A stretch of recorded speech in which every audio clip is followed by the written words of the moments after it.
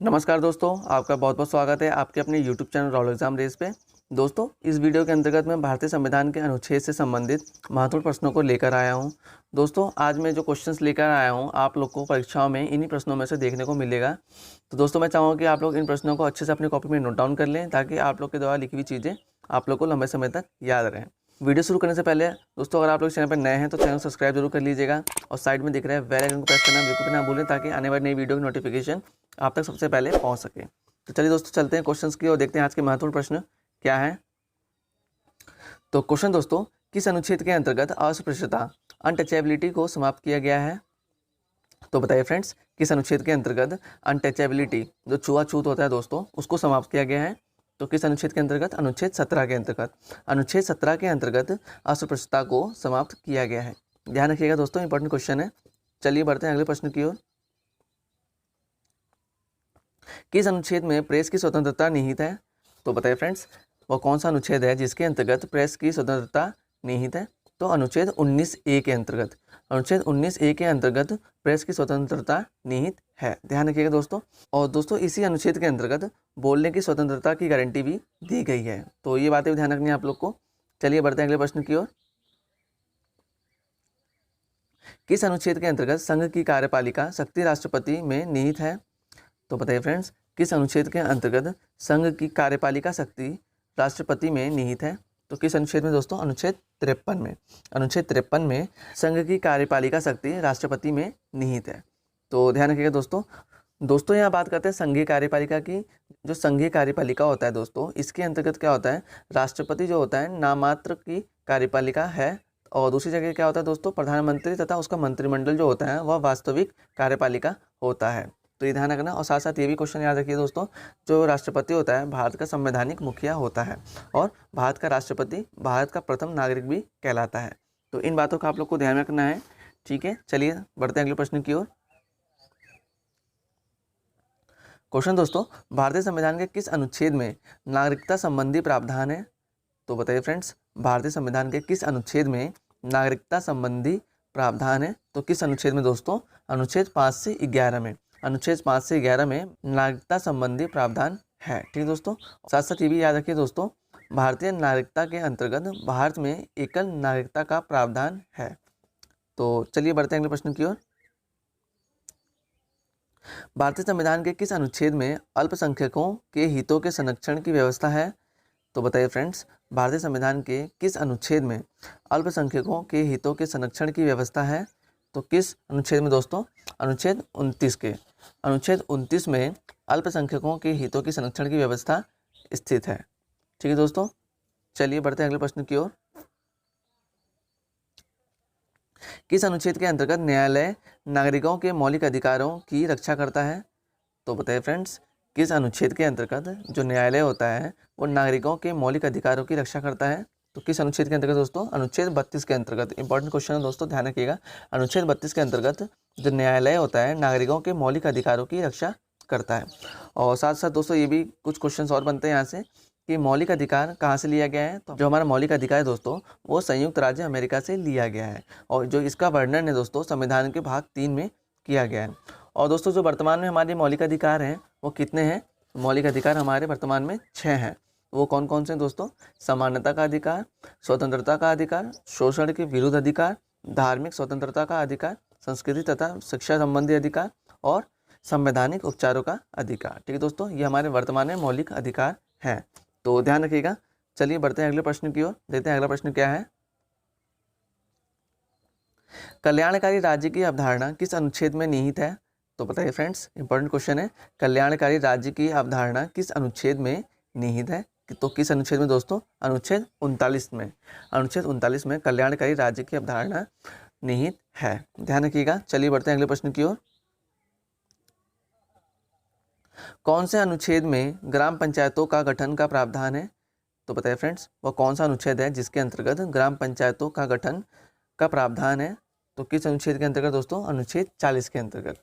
अनुच्छेद 40 के अंतर्गत ग्राम पंचायतों का गठन का प्रावधान दिया गया है। चलिए बढ़ते हैं अगले प्रश्न की ओर। तो क्वेश्चन दोस्तों, किस संविधान के अनुच्छेद के अंतर्गत संसद का संयुक्त बैठक का प्रावधान है? तो बताइए फ्रेंड्स, किस संविधान के अनुच्छेद के अंतर्गत संसद का संयुक्त बैठक का प्रावधान है? तो किस अनुच्छेद के अंतर्गत दोस्तों? अनुच्छेद 108 के अंतर्गत। ध्यान रखिएगा। चलिए बढ़ते हैं अगले प्रश्न की ओर। राष्ट्रपति लोकसभा को किस अनुच्छेद के अंतर्गत भंग कर सकता है? बताइए फ्रेंड्स, इंपॉर्टेंट क्वेश्चन है। राष्ट्रपति जो होता है वो लोकसभा को किस अनुच्छेद के अंतर्गत भंग कर सकता है? तो अनुच्छेद 85 के अंतर्गत। अनुच्छेद 85 के अंतर्गत राष्ट्रपति लोकसभा को भंग कर सकता है। ठीक है दोस्तों, ध्यान रखिएगा। चलिए बढ़ते हैं अगले प्रश्न की ओर। दोस्तों अगर वीडियो पसंद आए तो वीडियो को लाइक जरूर कर दीजिएगा। अगर चैनल पर नए हैं तो चैनल सब्सक्राइब करना बिल्कुल भी ना भूलें और इस वीडियो को ज़्यादा से ज़्यादा शेयर करें ताकि और भी स्टूडेंट तक ये वीडियो पहुंच सके। तो क्वेश्चन दोस्तों, भारत के महान्यायवादी की नियुक्ति किस अनुच्छेद में है? तो बताइए फ्रेंड्स, भारत के महान्यायवादी की नियुक्ति किस अनुच्छेद में है? तो किस अनुच्छेद में है दोस्तों? अनुच्छेद 76 में। ध्यान रखिएगा। चलिए बढ़ते हैं अगले प्रश्न की ओर। किस अनुच्छेद के अंतर्गत संसद को संविधान का अधिकार दिया गया है? तो बताइए फ्रेंड्स, किस अनुच्छेद के अंतर्गत संसद को संविधान का अधिकार दिया गया है?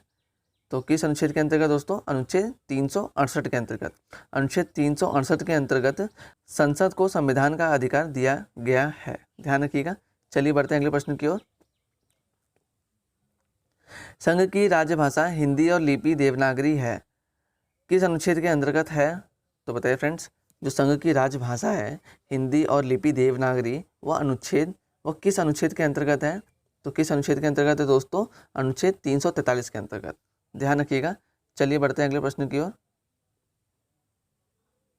तो बताइए, किस अनुच्छेद के अंतर्गत नई अखिल भारतीय सेवाओं का प्रावधान है? तो बताइए फ्रेंड्स, किस अनुच्छेद के अंतर्गत नई अखिल भारतीय सेवाओं का प्रावधान है? तो किस अनुच्छेद के अंतर्गत दोस्तों? अनुच्छेद 312 के अंतर्गत। ध्यान रखिएगा। चलिए बढ़ते हैं अगले प्रश्न की ओर।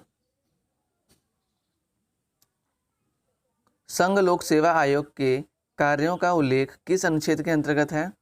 तो बताइए फ्रेंड्स, संघ लोक सेवा आयोग के कार्यों का उल्लेख किस अनुच्छेद के अंतर्गत है? तो किस अनुच्छेद के अंतर्गत दोस्तों? अनुच्छेद 320 के अंतर्गत।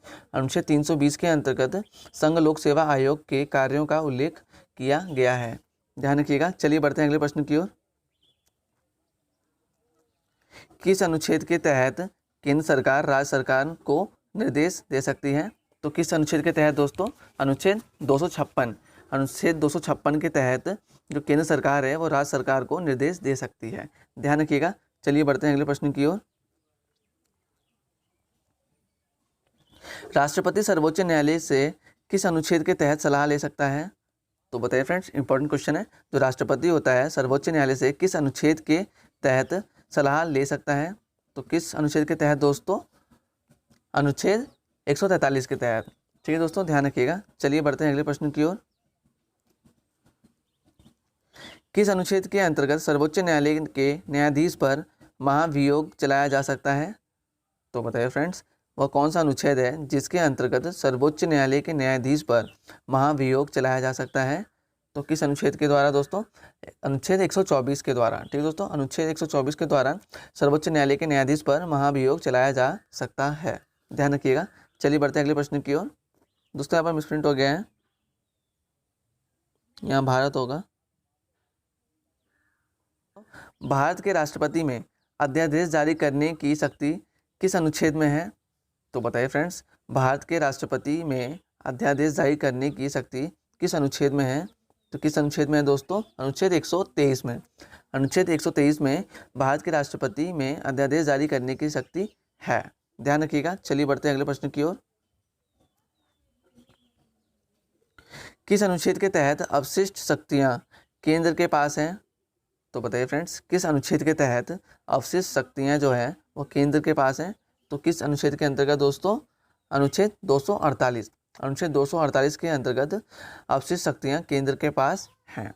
चलिए बढ़ते हैं अगले प्रश्न की ओर। देखते हैं अगला प्रश्न क्या है। दोस्तों question exam point of view से काफ़ी इंपॉर्टेंट है, इसलिए आप लोग इन क्वेश्चनों को ध्यान से कीजिएगा। किस अनुच्छेद के तहत सर्वोच्च न्यायालय अपने फैसले पर पुनरावलोकन कर सकता है? तो बताइए फ्रेंड्स, वह कौन सा अनुच्छेद है जिसके तहत सर्वोच्च न्यायालय अपने फैसले पर पुनरावलोकन कर सकता है? तो अनुच्छेद 137 के अंतर्गत। ठीक है दोस्तों, ध्यान रखिएगा। चलिए बढ़ते हैं अगले प्रश्न की ओर। किस अनुच्छेद के अंतर्गत लोक सेवा आयोग के सदस्य को हटाया जा सकता है? तो बताइए फ्रेंड्स, किस अनुच्छेद के अंतर्गत लोक सेवा आयोग के सदस्य को हटाया जा सकता है? तो किस अनुच्छेद के अंतर्गत दोस्तों? अनुच्छेद 317 के अंतर्गत। ध्यान रखिएगा। चलिए बढ़ते हैं अगले प्रश्न की ओर। महाधिवक्ता का पद किस अनुच्छेद के तहत आता है? तो बताइए फ्रेंड्स, महाधिवक्ता का पद किस अनुच्छेद के तहत आता है? तो किस अनुच्छेद के तहत दोस्तों? अनुच्छेद 165 के तहत। ध्यान रखिएगा। चलिए बढ़ते हैं अगले प्रश्न की ओर। दोस्तों अगर आप लोग इन क्वेश्चनों के पीडीएफ चाहते हैं तो आप लोग हमारे टेलीग्राम चैनल पर जुड़ सकते हैं, जहां से आप लोग जाकर पीडीएफ प्राप्त कर सकते हैं। दोस्तों टेलीग्राम चैनल का लिंक मैं डिस्क्रिप्शन बॉक्स में डाल दूंगा, जहां से आप लोग जाकर पीडीएफ को प्राप्त कर सकते हैं। तो अगला क्वेश्चन दोस्तों, किस अनुच्छेद के अंतर्गत मूल कर्तव्यों को शामिल किया गया है? तो बताइए फ्रेंड्स, किस अनुच्छेद के अंतर्गत मूल कर्तव्यों को शामिल किया गया है? तो किस अनुच्छेद के अंतर्गत दोस्तों? अनुच्छेद 51A के अंतर्गत। अनुच्छेद 51A के अंतर्गत मूल कर्तव्य को शामिल किया गया है। ठीक है दोस्तों, जो हमारा मूल कर्तव्य है दोस्तों, उसको कहाँ से लिया गया है? उसको रूस से लिया गया है। तो ये बात भी ध्यान रखनी है आप लोग को। चलिए बढ़ते हैं अगले प्रश्न की ओर। किस अनुच्छेद के अंतर्गत भारत रत्न दिया जाता है? तो बताइए फ्रेंड्स, इंपॉर्टेंट क्वेश्चन है। किस अनुच्छेद के अंतर्गत भारत रत्न दिया जाता है? तो अनुच्छेद 18 के अंतर्गत। अनुच्छेद 18 के अंतर्गत भारत रत्न दिया जाता है। ठीक है दोस्तों, ध्यान रखिएगा। और दोस्तों साथ साथ ये भी ध्यान रखिए, जो अनुच्छेद 18 को उपाधियों का अंत कहा जाता है। ठीक है दोस्तों, इसके अंतर्गत सारे अवार्ड दिए जाते हैं। दोस्तों ये थे आज के 25 महत्वपूर्ण प्रश्न जो कि हर कॉम्पिटेटिव एग्जाम में पूछे जाते हैं। तो आप लोग इन प्रश्नों को ध्यान से पढ़ लीजिएगा। तो दोस्तों आशा करता हूँ कि आप लोग को आज की वीडियो काफ़ी पसंद आई होगी। अगर पसंद आएगी तो वीडियो को लाइक जरूर कर दीजिएगा। अगर चैनल पर नए हैं तो चैनल सब्सक्राइब करना बिल्कुल भी ना भूलें। तो दोस्तों मिलते हैं अगली वीडियो में कुछ नए महत्वपूर्ण प्रश्नों के साथ। तब तक के लिए bye bye, take care, Vande Mataram.